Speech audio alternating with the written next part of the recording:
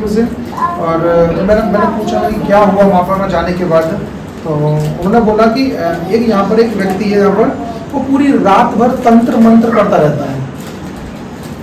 अच्छा, जब उसके पास में इतनी भीड़ लगी है और तंत्र मंत्र की विद्या बताते रहता है और रात में ही वो ज्यादा करता है और ये उसका चेला बन चुका था, जो व्यक्ति की जिसकी नस फटी थी उसकी।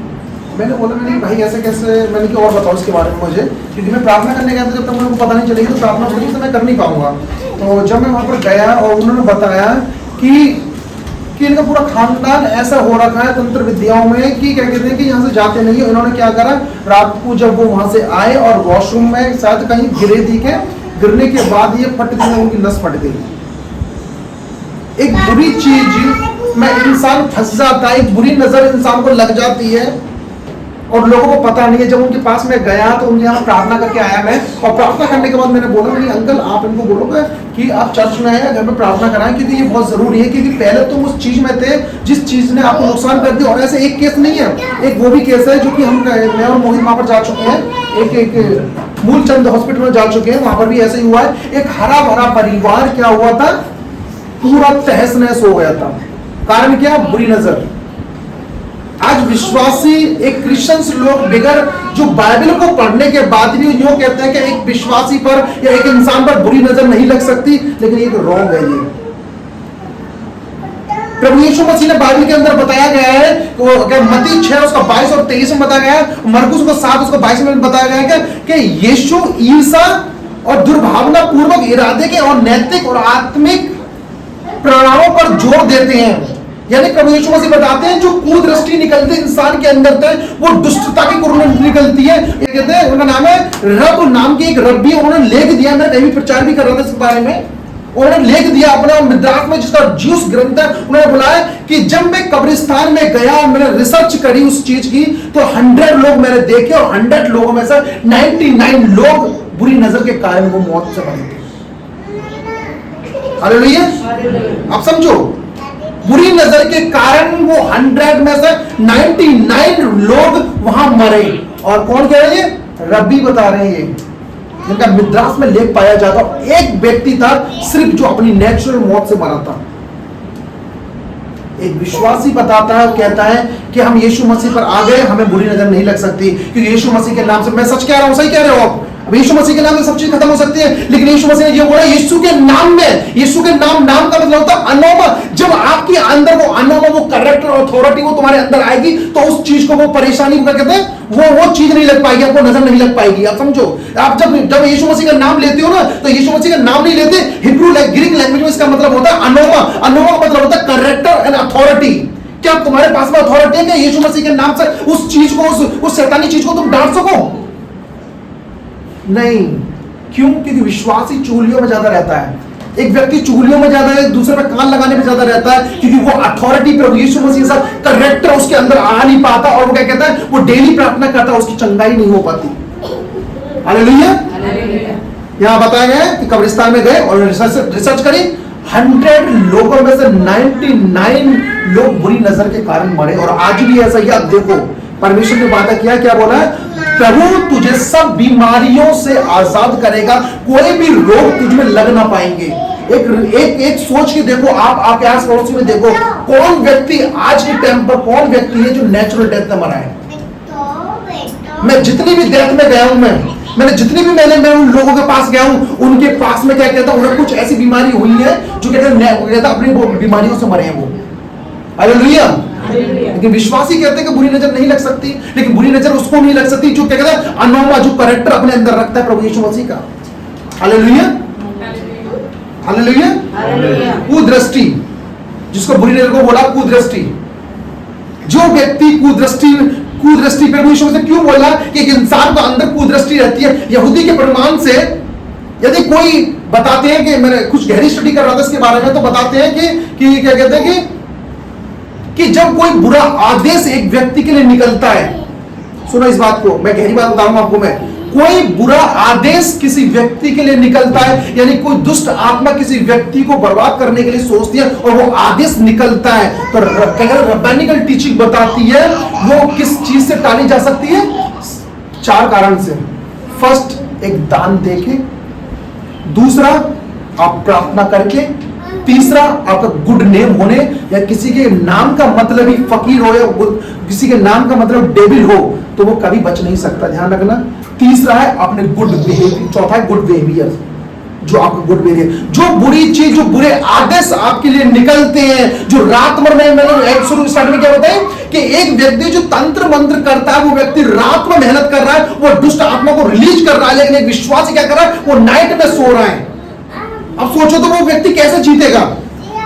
आप नहीं समझ रहे? हालेलुया, मुझे आवाज नहीं, हालेलुया। एक व्यक्ति पूरी पूरी रात में तंत्र मंत्रियां छोड़ रहा है वो व्यक्ति, और उनके घर को बर्बाद कर दिया। मैंने दो घर देखे, एक फूलते हुए घर, पैसा अटूट, कहते ना पैसा अटूट, करोड़ों में खेलते थे बंदे, इतना पैसा 3 साल के अंदर वो ऐसे घुटनों पे आ गए। और मतलब क्या कहते हैं, उनकी उन्होंने बोला कि हमारे घर में किसी ने ये चीज कर दी है। और एक बार मुझे भी वो कागज दिखाया था जिसपे ऐसी ऐसी चीजें लिख रही थी कि मैंने पढ़ा, मेरे मन में पढ़ा, मैंने मुंह से नहीं बोला, मैंने मन में पढ़ा, मैंने उसको सच में मेरे को दिखाया। मैं और ब्लू रहे थे जब दिखाया था, शायद मैंने वहां पर कहता मैं और ब्लू रहे थे जब मुझे दिखाया, मैंने कैसे प्रभु का वचन कहता है, आप सुनो, उसने बोला है कि कोई भी बीमारी, कोई भी रोग जो प्रभु यीशु मसीह पर भरोसा करता है या प्रभु यीशु मसीह की संगति करता है, कोई भी रोग आपको लगने ना पाएंगे। मजा नहीं आया तुम्हें? आमीन तो बोला ही नहीं आया। आप बिलीव करो, मैंने आपको बताया, जो बीमारी जो लोगों के अंदर घुस जाती है, जो दुष्ट आत्मा घर में घुस जाती है, या जादू टोना किसी घर में घुस जाता है, परमेश्वर बोलता है कि कोई भी रोग जब तू मेरी सुनेगा तुम्हारे ऊपर कभी चलने ना पाएंगे। आगे बताते सुलेमान कहते हैं, ये भी इनका भी मिद्रास में बहुत कंट्रीब्यूट है, बाइबल के अंदर बताया गया है कि कहते हैं कि सभी बीमारियां हवा से हैं, और सुलेमान इस सिद्धांत में विश्वास करते हैं कि हर बीमारी मृत्यु हवा के कारण आती है। एक वायरस आपने देखा होगा, जो छोटे छोटे वायरस चल जाते हैं, जो भैया बता रहे थे अभी, तो ये छोटे छोटे वायरस जो आते हैं किसके कारण आते हैं? हवा के कारण। यहोवा सब प्रकार के रोग दूर करेगा। सुलेमान क्या कहते हैं, ये रोग किसके कारण आते हैं? जो मिस्र पर फैलाए गए थे, वो हवा के कारण रोग आते हैं। किसी को क्या चीज आती है आपको नहीं पता, लेकिन आपको बताता हूं, इजराइल में मिद्यान के राजा को मार डाला, इजराइल ने मिद्यान के राजा को मार डाला था। बताता हूं, बालाम एक ऐसा व्यक्ति था जो जादू टोना करने वाला व्यक्ति था। उसने क्या करा, बालक ने बुलाया, राजा ने बुलाया, और राजा कहता है कि तू इजराइलियों को, यानी पवित्र परमेश्वर की प्रजा को तू श्राप दे, और श्राप देगा तभी मैं जैवल धो पाऊंगा, नहीं तो वो क्या कहते हैं मुझे हरा देंगे वो। बालक ये बात बोल रहा है कौन सा? बिलाम से। और बिलाम एक जादू टोना करने वाला व्यक्ति था, और वहां पर क्या हुआ, बिलाम ने क्या करा, वो जादू करना स्टार्ट किया। बाइबल बताती है उन्होंने बिलाम के साथ जादू कर रहे थे, और जादू हवा में उड़ रहे थे। उन्होंने उन्हें मुकुट दिखाया, मुकुट का मतलब था होली टू द लॉर्ड, और उनकी लाशों पर वो गिर पड़े। यानी जब बिलाम जादू कर रहा था इजराइल पर, तो परमेश्वर ने बोला कि तू जा मूसा, इजराइली को बोल दे, प्रधानों को बोल दे कि अपने यहां पर मुकुट लगा दे जिस पर लिख रही होगी यहोवा के लिए पवित्र। जब ये वर्ड लिखे, जब वर्ड पढ़े, तो वो जादू जो ऊपर हवा में उड़ रहे थे वो किसके ऊपर गिरे आप जानते हो? वो उन्हीं लोगों के ऊपर गिरे थे जिन्होंने वो उनको कहा था। परमेश्वर कहता है कोई भी रोग तुम्हारे ऊपर न गिरने दूंगा मैं। परमेश्वर मजाक में खेला नहीं चाहता। आप यदि बाइबल पढ़ते तो पढ़ो, कुदृष्टि के बारे में बताया, बुरी नजर के बारे में बताया। 99 लोग 100 में थे सोचो बुरी नजर के कारण मरे हैं, जिसका मतलब है लालच, जिसका मतलब है जिसका मतलब है लालच, उसका मतलब है ईर्षा, उसका मतलब है दुर्भावना पूर्वक, यानी दुष्ट व्यक्ति। बाइबल को आप रैंडमली पढ़ोगे आपको समझ में नहीं आएगी। जब आप पढ़ोगे, कहते हैं हवा के कारण जो विपत्तियां लोगों पे आती हैं, परमेश्वर कहता है कोई भी रोग तुझ पे लगने न दूंगा। हालेलुया। एलियाजर कहते हैं, कुछ प्रेजेंटेशन तो बना दिया मैंने। एलियाजर कहते हैं, इनका भी लेख, ये भी बहुत बड़े इनका बहुत कंट्रीब्यूट रहा है इनका। ये बताते हैं कि जो बीमारियां परमेश्वर बात कर रहा है, ये सुनना इस बात के लिए, हर किसी के लिए ये बहुत मेन बात बता रहा हूं मैं। जो बीमारियां जो उत्पन्न हो रही हैं, ये पित्त के द्वारा होती है, जो इंसान के अंदर पित्त के बढ़ने से होती है। आयुर्वेदिक में बताया गया पित्त में 80 प्रकार की बीमारियां बढ़ जाती हैं। बात, पित्त और कफ। पित्त में 40 प्रकार की बीमारियां बताई हैं जो कि आयुर्वेदिक में लिखी हुई है, और बात में 80 प्रकार की बीमारियां बताई गई है। इसको बात को बढ़ने से क्या कहता है, इंसान के अंदर मौत आती है। और कफ 28 बीमारियां बताई गई हैं, लेकिन रब्बानिकल टीचिंग जो बताती है उसमें बताइए कि पित्त के भरने से यानी 83 बीमारियां पैदा होती हैं इंसान के अंदर। आप एक बार सुन के देखो ना, हमारे अंदर जो पित्त जो पाचन क्रिया करते हैं इसके अंदर पित्त है, और उसको पित्त के भरने से जी मचलाता है, मचलाने के बाद जो पित्त ज्यादा भर जाता है, परमेश्वर कहता है, वो एलिएज़र क्या कह रहा है कि परमेश्वर इस चीज का संकेत कर रहा है, जो आपके अंदर जो रोग होगा उस रोग को मैं भरने नहीं दूंगा मैं। आप समझो, ये पित्त हमारे अंदर है, पित्त हमारे अंदर रोटी को पाचन की क्रिया करता है, और ये बात है हमारा कफ है, जो हमें क्या कहते हैं ज्यादा भरने से, इसको क्या कहते हैं अकॉर्डिंग टू जो कहते हैं आयुर्वेदिक जो पूरी बीमारी है 148 हो गई, 148 बीमारियां तुम्हारे अंदर लगने न दूंगा मैं। आप समझ रहे हो ना कि हमारे अंदर पेट में बहुत अच्छा है, जी मचला जाता है, हमारा जी मचलाना होता है, कुछ अच्छा नहीं लगता, गैस्ट्रिक हो जाती है, हमारी चीज होती है। परमेश्वर ने वायदा किया है, वायदा पता है क्या है, उसकी दया आपके लिए है, किसी और के लिए नहीं है। आप समझो, जो विश्वास करता है, उसने बोला है कि मैं पूरा पढ़ के दिखाता हूं, उसमें पित्त के भरने को संदर्भ कहा गया है, इसलिए हम डायलिसिस में पढ़ते हैं कि मचला शब्द पित्त को दर्शित करता है, और इसे मचला क्यों कहा जाता है, क्योंकि यह मनुष्य के पूरे शरीर को बीमार कर देता है, और दूसरे के अनुसार यह मचला कहा जाता है। यह मचला पित्त शरीर को बीमारियों में डाल देता है। परमेश्वर क्या बोलता है, रोग खत्म करूंगा तुम्हारे जीवन से, सारे रोग तुम्हारे जीवन से खत्म करूंगा। आज कितने लोग हैं प्रार्थना कर रहे हैं लेकिन उनके जीवन से रोग खत्म ना हो रहे। आज कितने लोग हैं विश्वास करते हैं, सुनो आप विश्वास करते हैं, मसीह में रहने के बाद भी वही पुरानी जिंदगी जी रहे हैं। परमेश्वर ने वायदा किसको किया, जो मेरी आज्ञाओं पर चलेगा, जो मेरे से प्रार्थना करेगा। आप बिलीव करो, जो बुरे आदेश निकलते हैं उसे दान खत्म करती है, उसे प्रार्थना खत्म करती है, आपका गुड नेचर खत्म करता है, आपका क्या कहता है गुड नेम खत्म करता है। मेरा नाम राजेश शुरू से था, मैं चाहता तो चेंज कर सकता था, मैं राजेश का मतलब ही अलग था, समझ रहे हो। मैं अपने नाम को चेंज कर सकता था, मैं कि नाम थोड़ा सा रखना ना कि उसमें आ रहा है ये चीजें। हालेलुया। आप सुनो, मेरे नाम को, मैं अपने नाम को चेंज कर सकता था डॉक्यूमेंट्स में पूरे, कि नहीं भाई मैं पूरा क्रिश्चियन बन जाता हूँ, मैं पूरा ये चीज बन जाता हूँ, मैं भी रख लेता पीटर, मैं भी रख लेता कुछ और, लेकिन मैंने अपने नाम को चेंज किया। पता है मेरे नाम का गुड मीनिंग है, इसलिए मैंने चेंज नहीं करा। हालेलुया।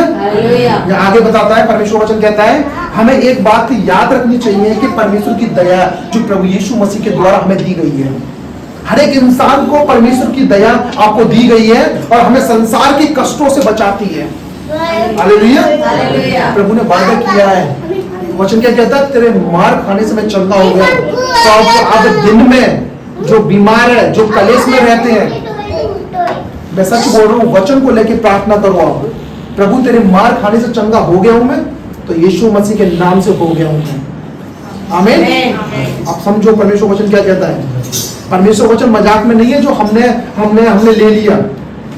परमेश्वर वचन सामर्थ्य है। आगे कहता है कि वे बहुत से लोगों को भूखा प्यासा और कुष्ठ और डूबने और तलवार से मरते हुए और आग में बहुत से पीड़ा में मरते हुए देखता है, क्योंकि परमेश्वर जानता है कि उनके अपराधों के कारण वो ऐसी विपत्ति में, ऐसे कष्टों में पड़े।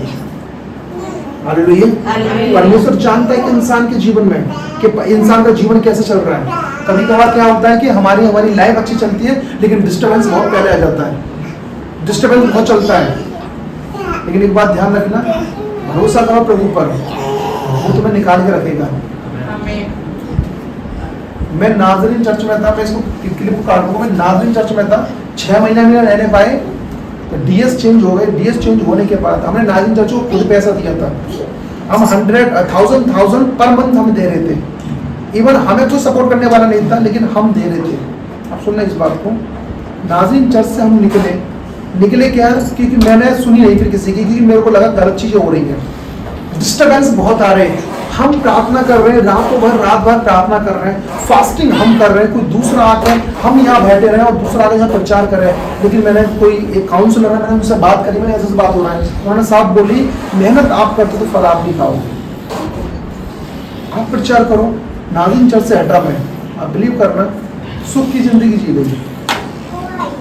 कभी कभार ऐसा होता है कि आपके डिसीजन आप बताएंगे कि आप क्या करते हो, आपके डिसीजन कभी कहता है जिस चीज के लिए मैंने कल मना करी थी वही चीज कल होने पाई और मुझे बहुत हर्ट फील हुआ, मेरे को बहुत दिमाग खराब हुआ मेरा। लेकिन कहते हैं ना कि मेरे को पता थी कि शनिवार वाले दिन ऐसी चीजें होंगी, मैं और बिल्कुल बड़े डिस्टर्ब रहे इन चीजों से, कुछ चीजों से। और मैंने बोल रहा था कि हम फास्टिंग में आ रहे इतने दिनों से, बिल्कुल पूरे वीक में फास्टिंग कर रहे हैं, हम भी फास्टिंग कर रहे हैं। लेकिन कहते हैं कि टेम्पटेशन जब आते हैं तो बोल के नहीं आते, वो ऐसे आ जाते हैं, हमारा मूड खराब हुआ। लेकिन हम प्रार्थना करने लगे, बिलीव करो फास्टिंग पूरी हुई, दिन भी आया, चली गई। यही परमेश्वर है कि आपको वहां से निकाल के खड़ा करेगा। आप जिस परिस्थिति में होंगे वहां से परमेश्वर निकाल के आपको खड़ा ही करेगा, कोई दूसरा रास्ता नहीं है। बॉल को जितना भी तुम नीचे मारोगे उतना ही ऊपर जाएगी। जब एक इंसान गड्ढे में गिर जाता है, ध्यान रखना रास्ता एक ही होता है ऊपर निकलने का उसका। तो आपका भी यही एक कहता है यही जरिया है कि परमेश्वर आपको ऊपर निकालेगा। परमेश्वर जानता है कि किसके अंदर क्या चल रहा है, इस कारण क्यों परमेश्वर बचाता नहीं है, क्योंकि उनके अपराध के कारण वो ऐसी चीजों में फंसते हैं, वो अपने पाप के कारण ऐसी चीजों में फंसते हैं। आगे बताता है उस कि बहुत से अपने कष्टों के कारण फंसे हैं और उन्होंने जो किए हैं, और उसने उन चीजों की रक्षा नहीं की जिन्होंने परमेश्वर ने उनको सौंपा था। हालेलुया। ये बहुत बड़ी चीज बता रहा हूं मैं आपको।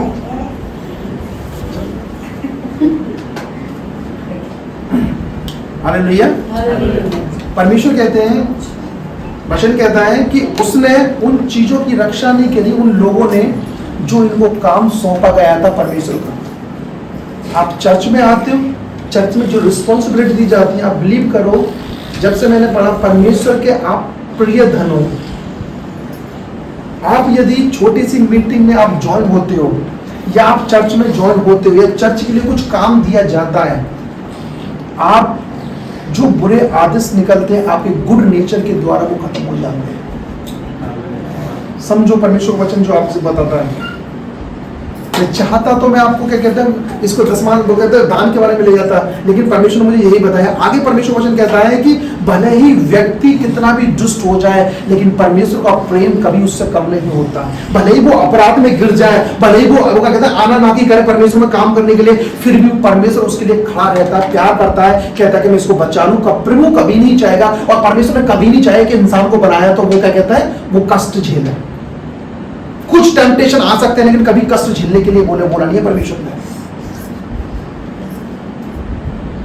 ईश्वर ने उस पर दया की और सभी कष्टों को बचाएगा परमेश्वर। या बिलीव करते हो और परमेश्वर पर आशा रखते हो तो परमेश्वर आपको बचाएगा। आगे परमेश्वर वचन मैं पढ़ के बताता हूं।